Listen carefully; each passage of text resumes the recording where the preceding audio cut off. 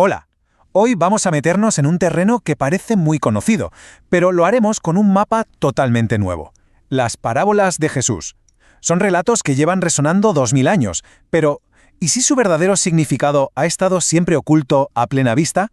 Vamos a prepararnos para descifrar el código del reino. A ver, si digo la palabra parábola, ¿qué es lo primero que se nos viene a la cabeza? Pensemos un segundo en esa idea, la más inmediata. Para la mayoría, la respuesta es esa, ¿no? Una historia sencillita, casi un cuento para niños, una especie de fábula con una moraleja súper clara pensada para enseñarnos a ser buenas personas. ¿A que sí? Pues bien, el análisis que traemos hoy le da la vuelta a la tortilla. Propone que las parábolas no son para nada lecciones directas, sino que en realidad son enigmas, acertijos deliberados. Y aquí está la clave de todo. No hablamos solo de enigmas, sino de un auténtico código. Un código que no fue diseñado para dar palmaditas en la espalda, sino para desafiar, para poner patas arriba las ideas de la gente de aquella época. Y quién sabe, quizá también las nuestras. Venga, empezamos. Primera parte, la llave maestra. Para poder descifrar este código, primero hay que entender un concepto fundamental, el mashal. Este concepto nos obliga a cambiar el chip por completo.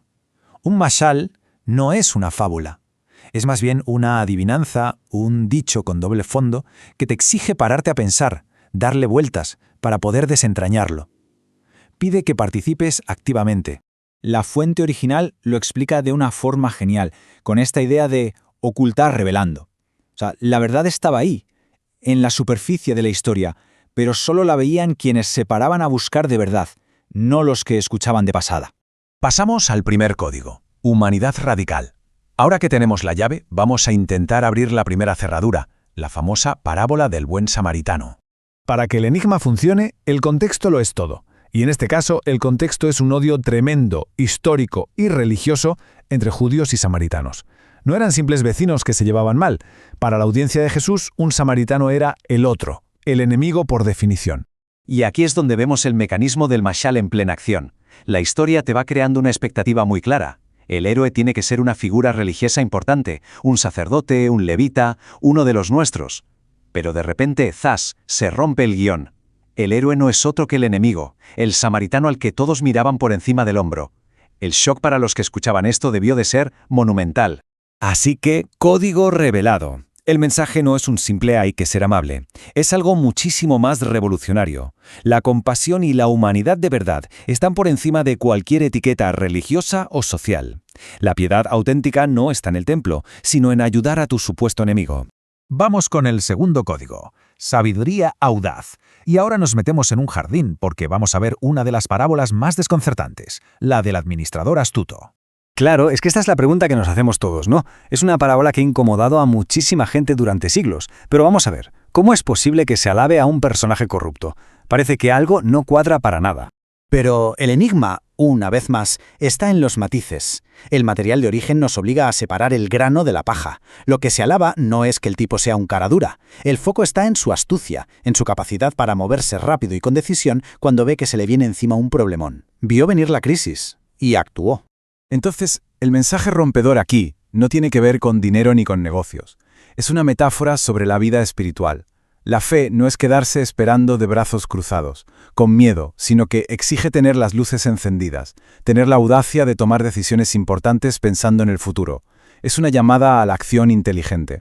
Y llegamos al tercer código, gracia injusta. Esto nos lleva a la última clave, que quizás sea la más desafiante de todas, y la vemos en la famosísima historia del hijo pródigo.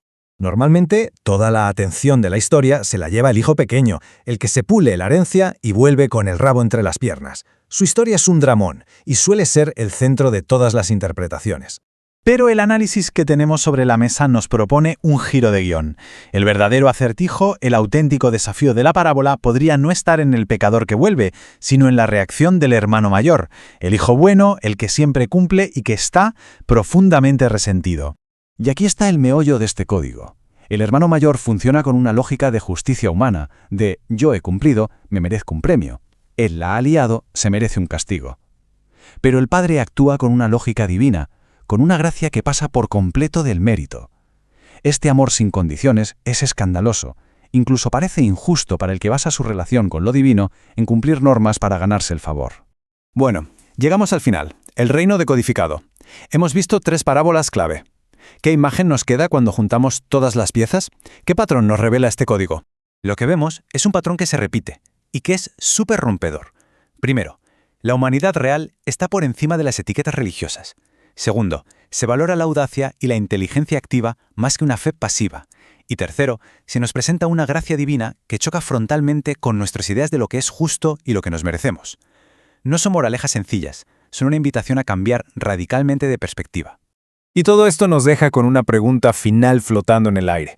Si estas historias, que a menudo vemos como la base de una moral sencillita, son en realidad invitaciones a pensar de forma radical, a cuestionarlo todo, la pregunta es inevitable. ¿Qué otras verdades que damos por sentadas en nuestra vida y en nuestra sociedad merecerían ser puestas bajo esta misma lupa crítica?